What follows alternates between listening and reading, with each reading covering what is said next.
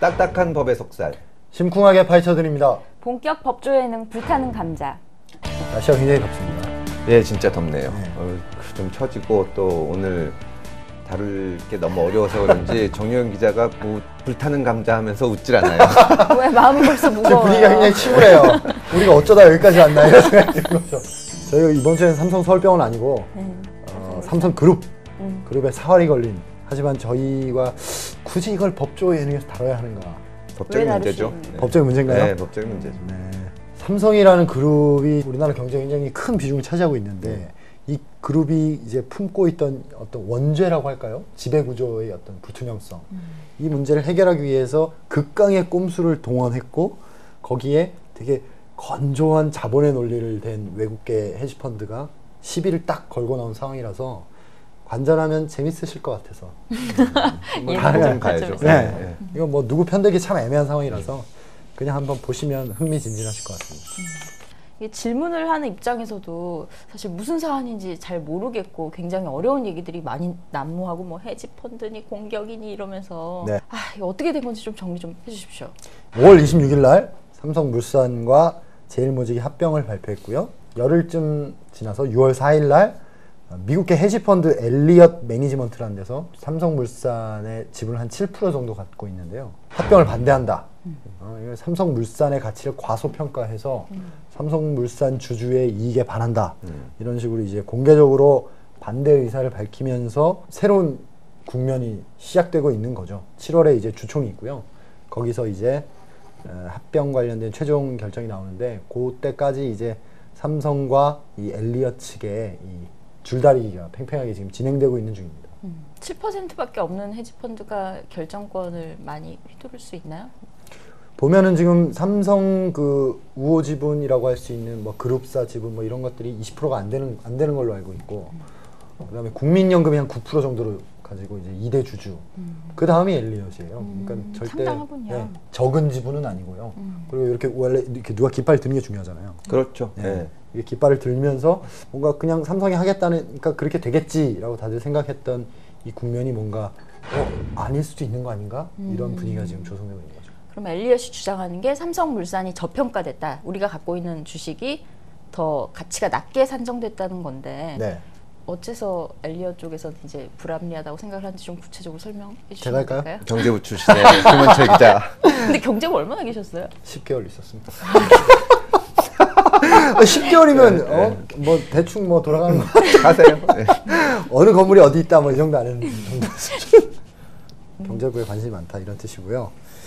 자세히 설명을 드리면 삼성물산 이사회가 합병을 결의하면서 3대1 비율로 합치겠다. 쉽게 말해서 삼성물산 주식 3주를 제일모직 주식 1주의 가치로 바꾸는 거죠. 바꾸는 거죠. 네. 네, 그런 비율로 바꾸겠다. 제일모직이 더 비싼 거네요. 그렇죠. 네. 사실 지금 현재 주가를 보면은 그렇거든요. 그러니까 주가를 기준으로 한 시가총액은 제일모직이 한 3배 정도?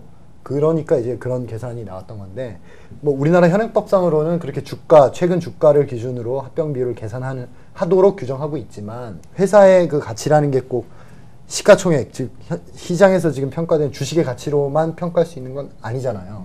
캐시도 있을 수 있고 부동산도 있을 수 있고 다른 회사 주식도 있을 수 있고 이런 다른 자산들이 있는데, 그 자산은 삼성물산이 제일모직보다 2배가 넘게 많습니다. 삼성물산이 저희 생각에도 뭐 아파트도 짓고 이것저것 많이 하는 큰 그룹 중에 큰 건설사고, 제일모직은 어떻게 보면 패션, 의류, 그렇죠. 이쪽이잖아요. 딱 생각만 해도 규모가 훨씬 작을 게 뻔히 보이는데 왜 이렇게 무리한 합병을 시도를 하는지 배경이. 이게 그 삼성의 지금 사활적 이해관계는 이재용 삼성전자 부회장에게 3세 승계를 시켜줘야 되는 거죠. 그룹 전반적인 그 경영권을 확보할 수 있는 만큼의 지분을 이재용 부회장이 확보하게끔 해줘야 되는데, 이 얘기를 쉽게 얘기하면 삼성그룹의 알파이자 오메가는 삼성전자거든요. 그렇죠. 네, 근데 삼성전자에 대한 이재용 부회장의 지배권을 어떻게 확보할 것인가, 여기에 대한 해답을 찾아가는 험난한 긴 여정이 있습니다. 그렇죠. 긴 여정이 있는데, 네. 간단히 얘기하면 이재용 부회장이 그 굉장히 지분을 많이 가지고 있는 회사가 제일모직이에요. 제일모직 지분이 25%인가 이 정도 가지고 있고요. 근데 또 삼성전자 주식이 너무 비싸니까 제일모직이라 해도 그렇게 왕창 사들이긴 어렵고, 그래서 생각해낸 게 삼성전자 주식을 많이 가지고 있는 삼성물산을 제일모직과 합쳐버리자. 합쳐버리면 그러니까 삼성물산 지분을 이재용 부회장이 많이 갖게 되고 그걸 통해서 삼성전자를 지배하게, 되는, 지배하게 거죠. 되는 거죠. 예. 굉장히 삼성물산의 주식을 최대한 싸게 떨어뜨리고 제일모직의 그 주가를 제일 비싸게 해서 가장 이 지분 가치가 크게 벌어지는 시점에 합병 비율을 계산한 건 팩트거든요. 근데 그 주가가 과연 인위적으로 그렇게 됐느냐 이 부분은 이제 알 수 없는 부분이지만 그 삼성물산이나 제일모직이나 전부 100% 이재용 씨 거라면 아무 문제가 아닌데 삼성물산의 주인은 주주들이란 말입니다. 그럼 주주들 입장에서는 내가 이 회사의 지분을 뭐 몇 프로라도 갖고 있는 0. 몇 프로라도 갖고 있는데 그게 싸게 평가돼서 먹히니까 이제 문제가 생기는 그런 그렇죠. 그런 굉장히 쉽고 간명하게 예, 설명을 제가 잘하시네요. 설명도 잘해요. 삼성물산의 주가가 굉장히 낮았던 건 맞고 예. 그건 뭐 앞뒤 쭉 보면 아는 거니까요. 제일모직의 주가가 굉장히 높았던 건 맞고 그럼 과연 삼성 쪽에서 개입해서 이렇게 관리했느냐 이런 의혹을 이제 제기하는 분들이 있거든요. 근데 관리하려면 관리할 수도 있을 것 같기는 하거든요. 근데 이제 그 합법적 그런 근거 방법과 없는 유언 구속되겠는데 아니 그렇잖아요. 사실 이럴 수는 있죠. 예를 들어서 주식 시장에 개입해가지고 네. 주식을 매집한다거나 뭐 매도하는 그거는- 방식으로 주가를 관리했다 그러면 그건 범죄 행위가 그렇죠. 되는 거고 그렇죠. 예, 그건 주가 조작이죠. 주가 조작이죠. 예, 예. 그거는 뭐 예. 포착이 됐을 거예요. 만약 네. 그렇게 했었으면 네. 워낙 관심을 받는 거였기 때문에. 근데 예를 들어서 일을 안 해. 그러니까 제 말 법적으로 말이에요. 떨어뜨려. 네. 네. 법적으로 문제를 잡으려면 적정 주가라는 게 있어야 되잖아요. 그렇죠. 예를 들어 네. 삼성물산은 어느 정도 금액이어야 되고 네. 제일모직은 어느 정도여야 되는데 이게 지금 이렇게 됐다고 얘기해야 되는데 이 적정 주가라는 게 제가 경제학은 잘 모르지만 거의 알아내기가 어렵지 않습니까? 주가라는 게 어렵죠. 왔다 갔다 하죠. 그런데 이제 거기서 엘리엇이 얘기하는 거는 갖고 있는 자산으로 따져보자. 그럼 삼성물산이 훨씬 많은데 어떻게 3분의 1로 교환하냐고 주장을 한 겁니다. 근데 법적으로는 문제가 안 되는 거죠. 그 자산 말씀하셔서 말씀을 드리자면 지금 삼성물산이 합병 당시에 시가총액이란 거는 개당 주식의 시장 가치 곱하기 발행 주식 수가 예. 시가총액이 되는 건데 그 시가총액이 8조예요, 8조. 근데 그거 말고 삼성물산이 가지고 있는 순 자산이 13조입니다. 그러니까 이 회사는 자기 주머니에 있는 캐시보다 더 평가를 못 받은 거죠, 시장에서. 그러니까 이거는 굉장한 저평가라고 볼 수 있는 하나의 근거가 될 수 있죠. 될 수 있고. 그럼 왜 이렇게 저평가를 받았냐? 보면 아까 저희가 잠깐 얘기했다시피 일을 안 했어요. 삼성물산이. 레미안 짓잖아요, 삼성물산이. 안 졌어요. 아예 뭐 그만두겠다고 손 띄었죠. 네. 근데 그게 이제 법정에 가면 네. 제가 이제 공안적인 시각으로 또 보면 이게 굉장히 어려운 게 예를 들어서 IMF 때 같을 때는 대한항공 주가가 이 비행기 값을 다 합친 것보다 훨씬 낮았습니다. 네. 시가총액이. 그게 대한항공이 그때는 일을 안 해서 그런 건 아니거든요. 그러니까 주가라는 거는 그렇게 왔다 갔다 하기 때문에 그렇죠. 사실 좀 어려운 면이 있죠. 근데 이제 엘리엇이 만약에 이걸 가지고 소송을 한다고 하면 그렇게 입증하기는 그렇죠. 어려울 겁니다. 그렇겠죠. 왜냐하면 그럼 삼성물산 측에서 우리도 열심히 해보려고 했는데 실적이 낮은 거다 이렇게 되기 때문에 엘리엇의 논리는 지금 시점에서 뭐 무슨 이유든지 삼성물산의 주가가 굉장히 갖고 있는 재산에 비해서 저평가된 거다. 그러니까 지금 저거하고 합병하는 건 삼성물산의 손해다. 그러니까 이 합병은 반대해야 된다. 좀 있으면 주가가 오를 건데 지금 왜 가장 낮을 때 이걸 하냐 하는 거를 방어하기가 어려운 겁니다. 조금. 개인들은 또 무슨 생각이 있냐면 이게 그래서 만약에 삼성의 의도대로 잘 안 됐을 경우에 삼성이 망하면 다 망하는 거 아니냐. 그러니까 삼성에서 하자는 대로 하자. 이럴 수가 있는데 국민연금 같은 데서는 명백히 그 숫자가 이게 분리해 있을 때 할 수가 없거든요. 국민연금 얘기를 하셔서 자연스럽게 좀 넘어가 보면 예. 국민연금의 의사결정 그룹이 있을 거 아닙니까? 예. 그 사람들은 어쨌든 수익을 최대화하는 방향으로 결정을 해야 되고 예. 그렇게 하지 않았을 때 경우에 따라서는 배임죄가 될 수도 있잖아요. 그렇죠. 그게 예. 있을 수가 있어요. 있을 수 있는데 그게 어느 정도까지 돼야 배임죄로 고의로 손해를 끼쳐야 되는 거니까 고의로. 대단히 거기까지 가기는 어려운데 형사처벌은 안 받아도 민사상 손해배상 청구 같은 걸 당할 수가 있거든요. 그 삼성물산 주주들로부터 아니죠. 그러니까 가입자들로부터. 국민연금으로부터 네, 가입자들에 대해서 왜 그런 결정을 해가지고 다 니들 돈도 아닌데. 그러니까 국민연금은 어디까지나 국민연금의 임직원들은 국민연금의 입장에서 봐야지 삼성이 승계를 하건 못하건 이건 그렇죠. 중요한 게 아니거든요. 예. 근데 엘리엇에서는 계속 주장하는 게 이거는 삼성물산 주주들이 여기서 이 합병에 찬성하는 거는 그거는 올바른 선택이 아니다. 어리석은 짓이다 하고 하니까 국민연금이 함부로 못하는 겁니다. 그러니까 지금 합병을 하게 된다는 건 제일모직이 실질적인 지주회사 노릇을, 그러니까 삼성그룹의 머리 노릇을 할 수 있는 회사로 성장한다는 전제잖아요. 그렇죠. 그렇게 되면 아주 장기적으로 봤을 때 경영상에 좀 더 이득이 될 수 있다는 이런 그런 생각이 이제 그 우리나라를 지배하고 있는 건데 할 수도 있지 않을까요? 그렇죠. 근데 엘리엇은 그게 아니라는 거죠. 그랬기 때문에 그러니까 결국은 그 모든 이익이 이건희 회장과 그 가족에게 가는 것이고 합리적으로 판단을 해야 된다는 게 엘리엇의 주장인데 어쨌거나 삼성에서는 이겨야 되지 않습니까? 엘리엇은 반대하고 있고 또 거기에 소수 주주들은 굉장히 동조하는 주주들도 있는데 근데 그래서 지금 논란이 된 게 자사주죠. 그거 설명해 주시죠. 삼성물산이 자사주를 899만 주를 가지고 있었어요. 이게 전체 지분의 5.76%인데 자사주는 의결권이 없습니다. 의결권이 주총에서 의결권이 없는데 이거를 KCC라는 그 제3자에게 팔면 이게 그냥 보통주가 되면서 의결권이 살아나잖아요. 그렇죠. 예. 네. 그래서 자사주를 가지고 있던 자사주를 KCC한테 그냥 일괄적으로 팔았어요. 그게 10일이고요. 그래서 KCC가 단숨에 거의 6% 가까운 지분을 가진 삼성의 우호적 주주가 된 거죠.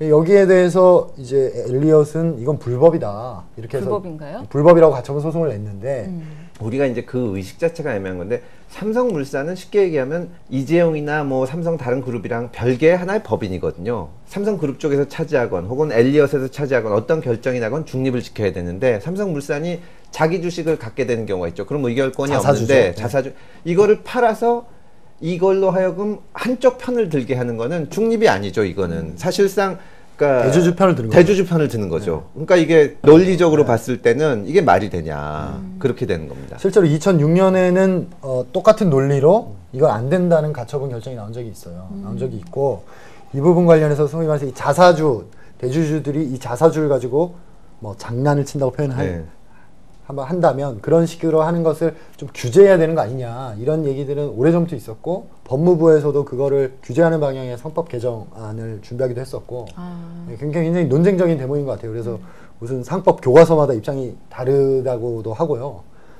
어떻게 보시나요? 법학 전문가로서. 되게 어려운데 왜냐하면 IMF 때 우리가 상법이 뭐 이쪽 방향으로 간 거거든요. 그러니까 이게 외국이건 우리건 평등하게. 근데 그때 많은 회사들이 헐값에 팔렸지 않습니까? 그렇죠. 그러니까 이게 나중에 보니까 이거 바보짓 한 거다. 그러면서 경영권을 지켜줘야 되지 않냐는 논리도 상당한 힘을 가지고 있는데 참 냉정한 자본의 논리로만 보면 처음에 설명하신 그게 심플한 회사는 중립을 지켜야 되는 건데. 그렇죠. 지금 삼성전자, 삼성물산이 한국 기업인 것인가? 그것도 알 수 없고 또 그런 식으로 한국 경영진의 경영권을 보장해 주다 보면 투자를 못 받게 되거든요. 그렇죠. 크게 길게 봐서는. 그 심플하게 얘기하면 저라는 사람을 여기서 30% 가지고 있고 60% 가지고 있는데 그냥 가지세요. 제가 자산 10% 여기로 왔고 그러면 안 되네. 하여튼. 그럼 자사주 매가 가처분 신청을 냈습니다. 뭐 지금 받아들여졌나요? 아직 결론은 안 났죠. 이거 먼저 처리하고 주총 가야 되는 거 아닌가요? 그럴 겁니다. 근데 주총이 7월 중순쯤이니까요. 그렇죠. 이제 만약 결정을 안 하면 주총에서는 KCC가 의결권을 행사하는데 나중에 뭐 그게 법원에서 안 되는 걸로 나면은 주총 결과가 뒤집혀질 수도 있으니까 법원에서도 미리 결정을 할 겁니다.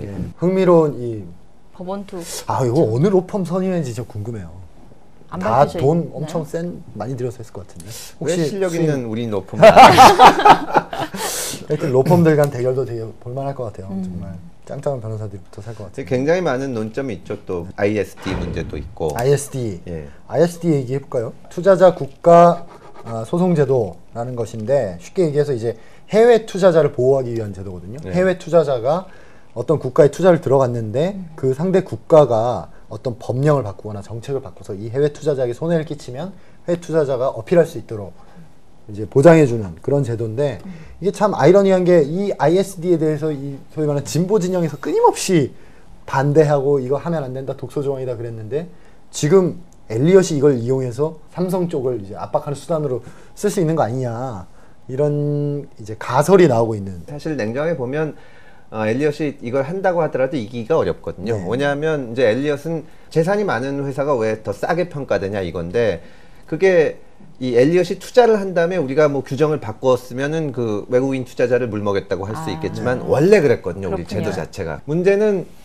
이게 기업이라는 게 자산도 있지만 이미지와 이런 게 다 중요한 건데 관리의 삼성 아닙니까? 근데 엘리엇에서 막 ISD 제기하고 하면서 이 모든 것이 결국 이재용 승계 때문에 그런 거다. 그러면 삼성은 골치 아파지고 그 가운데 엘리엇은 또 이익을 챙길 수도 있는 거죠. 근데 삼성에서는 이 ISD를 굉장히 언론 플레이를 많이 하더라고요. 지금까지 좀 부정적인 이미지로 많이 이렇게 저희에게 각인이 돼 있잖아요. 예를 들어 만수르가 우리나라에 낸 소송도 그렇죠. 네, 그렇고 외국 자본이 우리나라에 너무 과도한 걸 요구하는 이런 이미지가 박혀 있는데 삼성에서 이걸 적극적으로 활용해서 한겨레가 그렇게 오랫동안 이거 하면 안 된다고 얘기했는데 삼성 후회할 거야. 일단 가만히 있다가 이게 사실 위험하죠, 진짜. 이 결국은 우리나라 법이 잘못됐는지까지 이렇게 보기 때문에 대단히 위험하고 이건 재판은 아니고 사실 중재인데 중재나 재판이나 이런 거는 결과가 나오기 전까지는 100% 확실하다는 것이 없습니다. 불안한 거죠, 항상. 예. 마무리로 그 삼성이 지금 어쨌든 이 모든 제가 길게 얘기했는데 핵심은 소유 구조 문제가 그렇죠. 이 모든 게 인간적으로 한국 기업 또 한국 사람들한테 손이 가는데 엘리엇하고 이렇게 얘기하면 논리에서 막히는 게 이걸 하는 게 결국은 한 집안의 상속을 돕기 위한 거니까 이게 정말 참 창피한 거죠. 네. 예. 기억하실지 모르겠지만 한 10년쯤 전부터 이제 삼성의 이 3세 승계 작업은 차곡차곡 진행이 됐었는데 그 관련해서 막 특검도 있었고 뭐 대법원 유죄도 나고 무죄도 나고 지난한 그 과정이 있었는데 이 모든 삼성 지배구조 이 사태의 가장 원류였던 사건이 그 유명한 에버랜드 전환사채 헐값 발행 사건입니다. 요지를 설명을 드리자면 이재용 부회장이 삼성그룹을 지금 여기까지 지금 지배력을 넓혀오는데 든 종잣돈이 얼마인지 아십니까? 60억입니다. 60억. 딱 60억을 이건희 회장한테 받고 증여세를 내고 딱 그 60억으로 시작을 한 거예요. 당시에 이제 비상장사인 S1하고 삼성 엔지니어링 주식을 그 돈으로 사요. 사가지고 그 회사를 상장해요. 상장해서 60억을 605억으로 뻥튀기를 합니다. 그래서 그 605억을 가지고 이제 시작을 하는 거예요. 삼성의 머리인 에버랜드를 이제 주식을 605억을 가지고 사는데 그것도 엄청 싸게 삽니다. 어떻게 싸게 사냐면 에버랜드가 주식으로 바꿀 수 있는 전환사채를 엄청난 헐값에 기존 주주들한테 발행을 하고 기존 주주들인 뭐 제일모직, 중앙일보 이런 데서 아 우리 이거 안 살래 그렇게 되는 거죠. 이렇게 해서 소위 말해서 실권을 합니다. 실권을 하니까 뭐 그럼 실권한 거니까 이재용 너 가져 이런 식으로 해서 이제 엄청난 에버랜드 주식을 싼 값에 사들이면서 단숨에 에버랜드를 장악하죠. 사실 이거야말로 배임죄인데 이게 이래서 난리가 난 거죠. 이거를 그래서 전국의 법학 교수들이 이제 배임으로 고발을 하면서 이제 지난한 그 삼성과 검찰과 법원의 이 싸움이 시작된 건데 결론을 말씀드리자면 결국 무죄가 났고요. 무죄의 논리는 주주에게 일단 배정을 했고 그 주주들이 자발적으로 자신들의 손해를 감수를 했기 때문에 이건 배임이 아니다. 네. 당시 이제 대법원에서 6대5로 무죄 6, 유죄 5로 났었는데 그 유죄 5의 입장은 형식적으로는 주주에게 갔다가 주주들이 그걸 포기하는 절차를 거쳤지만 실체적으로 보면 이 주주들은 사실상 이건 형식적인 그냥 통과 의뢰였을 뿐이고 그냥 이재용한테 싸게 준 거다. 이거는 회사에 대한 배임이다. 이렇게 판단을 했었죠. 뭐 어쨌거나 법적으로 대법관들이 판단을 해가지고 무죄가 6명일 수 있는 건데 네. 법적으로는. 근데 이제 이거를 누가 보더라도 그렇게 공정하게 된 게 아닌 게 검찰에서도 이거를 끝까지 가지고 있다가 공소시효 만료되는 날 기소했거든요. 그래서 그러니까 이게 말하자면 평등하게 처분된 게 아니라는 거를 누구도 이게 알 수 있는 거라서 사실은 뭐 이병철 회장이 돈 버셔서 이건희 회장이 하다가 이재용 부회장한테 또 가면 세금 내고 다 제대로 가면 누가 뭐라 그러겠습니까? 근데 그게 안 돼서 이게 그리고 이 꼼수하고 편법을 쓰다 보니까 사법제도 자체가 다 우스워진 거죠. 우스워졌죠. 예. 네. 지금 엘리엇의 공격을 받는 그 기반이 그렇죠. 되는 겁니다. 기반이 되는 예. 일반 국민들에게는 삼성 건보다도 훨씬 더 절박한 그 생명의 위협으로 다가올 만한 메르스 정국이 지금 펼쳐지고 네. 있는데요. 박원순 시장이 얼마 전에 고발당했죠. 제가 보니까 한 의료인 단체가 허위사실 유포로 박원순 서울시장을 고발을 해서 지난 15일에 명예훼손 수사 전담부서인 형사 일부에 배당이 됐다는 보도가 나왔거든요. 허위사실 유포로 고발될 염려하지 마시라고 저번에 해서 저희가 방송을 했는데 이거 고발이 이렇게 쉽게 성립이 되는 건지 궁금합니다. 고발이야 뭐 일단 누구나 할 수 있는 거니까요. 그렇죠. 예. 네.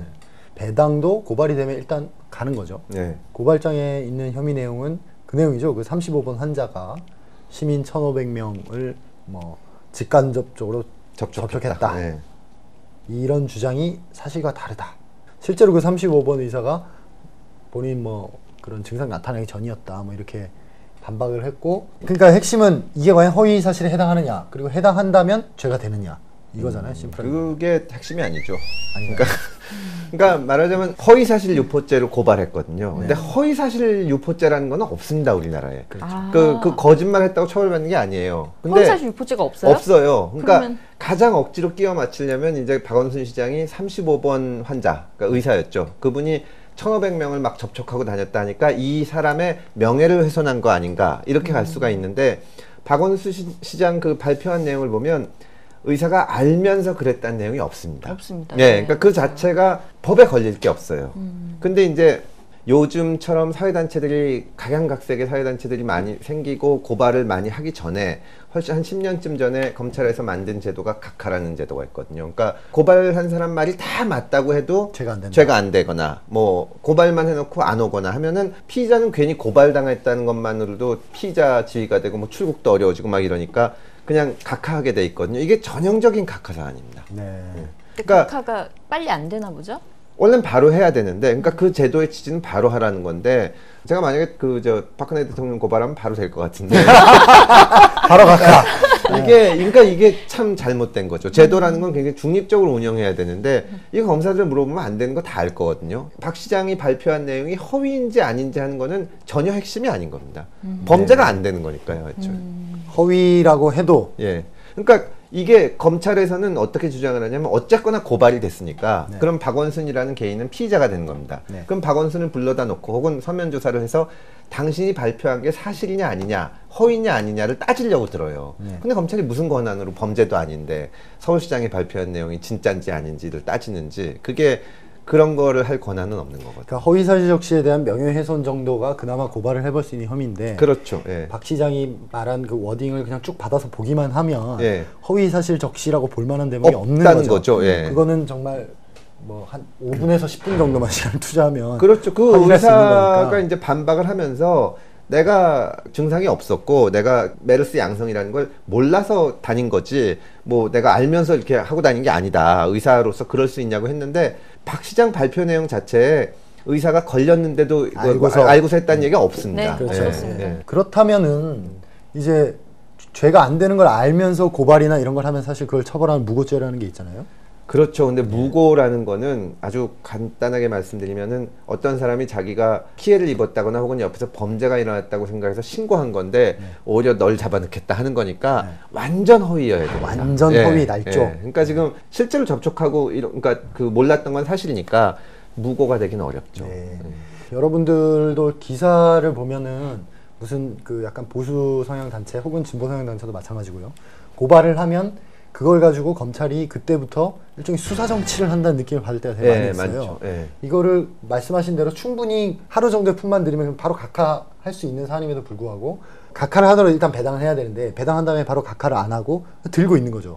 들고 있으면서 마치 수사를 할 것 같은 여론이 일고 그거를 맞아요. 이유로, 그러면 검찰에서는 뭐 우리가 뭐 수사한다고 그랬나요? 고발이 들어왔으니까 일단 배당을 한 거죠. 이러면서 시간을 질질 끌고 그런 식으로 해서 어떤 정치적 효과를 노리는 게 아닌가라는 의심이 굉장히 들 때가 많거든요. 잘 모르시는 분들은 배당됐다 그러니까 수사 이미 착수했다. 수사 다 하고 있는 것처럼. 법조 기자로 서초동에 가 있으면 굉장히 헷갈리는 게, 배당을 한단 말이에요. 근데 배당까지는 그냥 드라이한 절차 아닙니까? 그렇죠. 절차인데 저 배당을 한 거 가지고 비판을 해야 하느냐라는 굉장히 어려운 판단을 해야 될 때가 있어요. 저게 배당을 하고 나서 수사를 하겠다는 의지가 있는 거냐. 시간을 끌면 비판을 해야 시간을 끌면 비판을 해야 그러니까 되는 거죠. 저도 명예훼손으로 이제 저는 시민단체 아니고 평범한 시민으로부터 고발당한 적이 있는데 그 명예를 훼손당했다는 사람이 검찰에 나와서 처벌을 원하지 않는다 그랬거든요. 그러면 검찰이 수사하고 싶어도 수사할 수가 없는데 그렇죠. 나오라는 거예요. 왜요? 내가 왜 나가냐, 안 나간다 그랬더니 그러면 서면 조사라도 받으시라고 했는데 아주 굉장히 길고 자세하게 답을 내라는 거예요. 그래서 나는 이건 못 낸다. 근데 이제 그 사이에 그 처벌을 원하지 않는다는 의사표시를 했는데도 몇 달을 들고 있는 겁니다. 그러니까 심지어 변호사인 저도 이게 아무 문제가 없는 거를 알고 있으면서도 제가 피의자고 제 사건이 검찰청에 있다는 게 마음이 불편하거든요. 일반 시민은 굉장히 억압되는 거죠. 그러니까 실제로는 유언비어 처벌죄가 없는데 시민단체에서 유언비어다 고발하면 사람들이 위축되게 되는 겁니다. 처벌의 네. 효과가 있는 거죠. 처벌의 의사가 없다 그러면 바로 없어져야 되는 거 아닌가요? 그렇죠. 그렇죠. 예. 예. 근데도 그냥 잡고 있다고요? 갖고 있는 거죠. 정말 나쁘다. 나빠요. 처리를 천천히 하는 거죠. 그 고발이 되면은 신분이 피의자잖아요. 피의자입니다. 예. 피의자 신분이 되면 해외 나가거나 할 때 좀 그러니까 불편한가요? 그게 저는 그 언론에서 얘기할 때도 그게 참 마음에 안 드는데 검찰에서 누구를 부를 때 기자들이 물어보잖아요. 피의자 신분이냐 참고인 신분이냐. 아니 피의자 신분이면은 무슨 죄가 있다는 것도 아닌데 피의자 신분으로 불렀다 그러면 나쁜 놈인 것처럼 하거든요. 그래서 그거를 고발만 당한 피의자 신분인 겁니다. 근데 그 신문도 진짜 이해가 안 된다. 처벌을 할 의도가 아니라면 애초에 왜 고발을 하는 건데? 아니요, 고발은 딴 사람이 하는 겁니다. 아. 그러니까 예를 들어서 고발은 박근혜 다른 제3자가 했군요. 박근혜 대통령의 명예를 훼손했다고 여기서 제3자가 고발하는 거죠. 예. 그 피의자가 된다고 해서 뭐 해외 못 나간다거나 그런 건 아니죠. 근데 이제 어떨 때는 허가를 받아야 되고, 그러니까 출국 금지를 해놔야 그 못 나가는 그렇죠. 건데 네. 이제 답답한 거죠. 예. 박원순 시장뿐만이 아니라 이런 식으로 요즘 그 시민단체의 고발에 의한 검찰의 그 수사 정치 약간 이런 부분들이 있는 것 같아서 저희가 이 부분을 한번 짚어봤고요. 그 말씀하신 대로 지금 현행 제도가 충분히 있고 예. 좀 근거가 빈약한 약간 남발된 고발이라면 검찰이 충분히 자체적으로 판단해서 빨리빨리 각하 처분을 하거나 이거는 좀 검찰이 지금처럼 이렇게 엉망이지 않고 국민의 신뢰를 받으려면 이런 사건들은 바로 좀 명시적으로 얘기를 해줘야 됩니다. 그쵸. 그러니까 제가 일본 만화를 좀 보다가 감탄했던 게 이제 맛의 달인인데 거기 경찰관이 나오거든요. 이렇게 장난치면서 싸우다가 그 경찰이 있으니까 이건 죄 같아 하고 물어보면 경찰은 민사 불개입 딱 하거든요. 그러니까 이걸 선언을 해주는 겁니다. 지금 검찰이 계속 이게 옳다구나 그러고 갖고 있으면서 심심하면 불러보기도 하고 하니까 이런 말도 안 되는 고발이 계속 그렇죠. 나오는 거거든요. 효과가 있으니까. 효과가 있으니까. 예, 그러니까 사실은 검찰이 아주 공범인 겁니다. 제가 보기에. 그렇게 얘기한 게 맞겠네요. 검찰이 이걸 가지고 괴롭힘을 주는 걸 보고 있으니까 계속 자기가 하는 거죠. 마음에 안 예. 드는 사람들 자꾸 고발하는 거예요. 한번 해보. 속으로 약간 그런 생각이 이거 유용하겠는데? 이런 생각이. 자, 그럼 언제나 기다려지는 시청자 사연 시간입니다. 자, 1회부터 빼놓지 않고 보고 있습니다. 재미도 있고 의미도 있어서 일상이 즐겁네요. 감사합니다.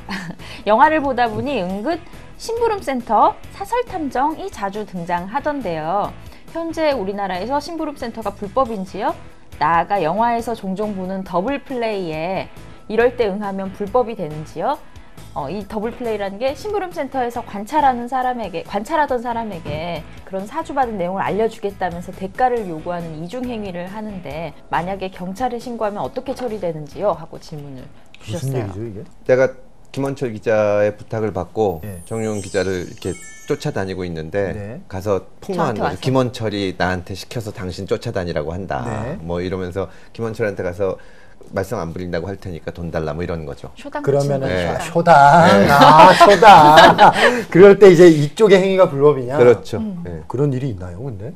많이 예를 들어, 있죠. 좋은 네. 질문이십니다. 근데 이 심부름센터가 무슨 심부름 하느냐에 따라서 달라지는 건데요. 음식 배달 심부름 같은 거는 하나도 불법이 아니에요. 해주세요. 뭐 배달의 기수 이런 거 다 합법입니다. 저 예전에 처음 이제 합법 업무를 내세우는 게 이 주민등록등본 떼어다주고 이런 거였거든요. 네. 근데 행적을 쫓아주고 하는 거는 불법입니다. 아, 불법이에요? 네, 안 됩니다. 미행? 미행, 그 사생활 침범하면 안 됩니다. 예, 그건 불법인데 이게 사실은 크게 봐서는 좀 약간은 문제인 게 우리나라가 굉장히 국가주의가 강하잖아요. 그리고 이 남북이 분단돼 있어서 사설로 뭐 하는 거를 아주 금지해 놓습니다. 그러니까 탐정 같은 게 안 되는 겁니다. 제가 탐정이 되고 싶었는데 검사가 된 이유가 우리나라에선 이게 안 돼요. 그러니까 국립탐정이셨군요. 언젠가는 이걸 풀어야 된다는 논의가 있습니다. 그러면 이제 왜냐하면 그러니까 의문사 같은 경우에 예를 들어서 국가에서는 우리 아들이 자살했다고 하는데 내가 봐서는 군대에서 가혹행위가 있을 것 같은데 그러면 전문가한테 부탁해서 그걸 조사하고 하는 거 이런 거는 허용해야 되거든요. 그래서 이제 장기적으로는 그렇게 가야 되는데 현재까지는 불법이고 그 심부름센터가 제일 많이 하는 것 중에 하나가 불륜 쫓는 건데 그러면 불륜 현장을 딱 잡아가지고 지금 당신의 남편 혹은 아내로부터 부탁을 받고 이걸 했는데 나한테 돈을 주면 내가 안 알리겠다. 안 알리겠다고 하는 경우에 협박이나 공갈이 되면 범죄가 됩니다. 그러니까 말하자면 당신이 이거를 돈을 안 주면 내가 하겠다. 근데 예를 들어 그렇지 않고 지금 여기 있는 건 이중 플레이를 돈을 요구하진 않고 당신 남편이 부탁했는데 앞으로 조심하세요. 나 이거 하기 싫다고 비밀을 얘기하는 경우 네. 그것 가지고 범죄는 아니죠. 근데 흥신소가 불법이라면 예를 들어 불륜 증거를 찾아달라고 의뢰한 아내가 있다. 네. 그러면 그 아내가 흥신소를 공범이죠, 통해서 뭐. 네. 찾아온 증거를 법정에 못 제출할 수 쓰죠. 없나요? 어느 정도 사생활 침범했냐에 따라서 다른데 제가 아는 게 많으니까 또 얘기를 하다 보면 그 보험회사에서 보험사 직원들이 이제 그 나이롱 환자들 네. 추적한 게 있습니다. 그러니까 입원해 있고 뭐 한데 나가서 뭐 논다거나 그 쫓아다니면 사진 찍어 갖고 낸 게 있거든요. 그게 증거 능력이 없다는 판정을 받은 적이 있습니다. 아, 근데 그게 네. 예를 들어서 굉장히 멀리서 찍었다거나. 그러니까 그게 이제 그 케이스 바이 케이스마다 케이스요. 다른데 그거는 그러니까 범죄라고 처벌받은 건 아니거든요. 다만 사람을 쫓아다니면서 사진 찍어서 하는 거는 증거를 쓸 수 없다 그랬는데 이건 그 상황에 따라 좀 다를 겁니다. 그러니까 나가는 장면이 예를 들어 뭐 CCTV에 찍혔다 이런 그런 거는 건 괜찮지만 괜찮고 누구나 보는 쫓아다니면서. 데서 막 했다거나 우연히 발견했다거나 그런 모르지만 꾸준히 쫓아다니면서 하면 이제 안 된다는 거겠죠. 이 드라마 같은 데 보면 불륜 사진 이렇게 봉지 넣어 싹 던지잖아요. 그럼 전부 불법 증거라고 다음에는 해야겠다. 그만하시죠, 이건. 네. 앞으로도 프로그램이나 법과 관련해서 궁금하시거나 제보하실 내용이 있으시면 페이스북이나 메일로 말씀을 남겨주세요. 주소는 아래에 나가고 있습니다. 네, 다음 시간에는 저희 더 뜨거운 법 이야기로 찾아뵙도록 하겠습니다. 감사합니다. 우리 팀에 있는 박현철 기자가 엘리엇 펀드에 가입하고 싶다고. 엘리엇 홈페이지 들어가서 뒤졌어. 안 그래도 똑똑한 사람들이 있다. 그래서 내가 야, 그 가입해보니 기사 써라. 그래서 그냥 생각 뒤졌는데 첫 관문에서 좌절. 그 최소 500만 그렇죠. 달러부터. 네, 그게 있어야지. 최소 500만 달러부터. 할 수가 없어. 엘리엇에 가입하기 위한 펀드를 모집해야 될 판이야. 40몇 년 동안 단 2년 빼고 전부 수익을 냈다는 거예요. 그렇죠. 4년의 재산, 4년마다 재산이 두 배가 돼요. 제가 자꾸 이 프로그램 해가지고 법조 전문으로 자꾸 이미지가 각인되고 있는데 뭘 전문으로 하고 싶으세요? 저 경제 전문 기자예요. 경제. 저 경제부 출신이에요. 정 기자님은? 난 경제부 출신인 거 비밀로 해주세요.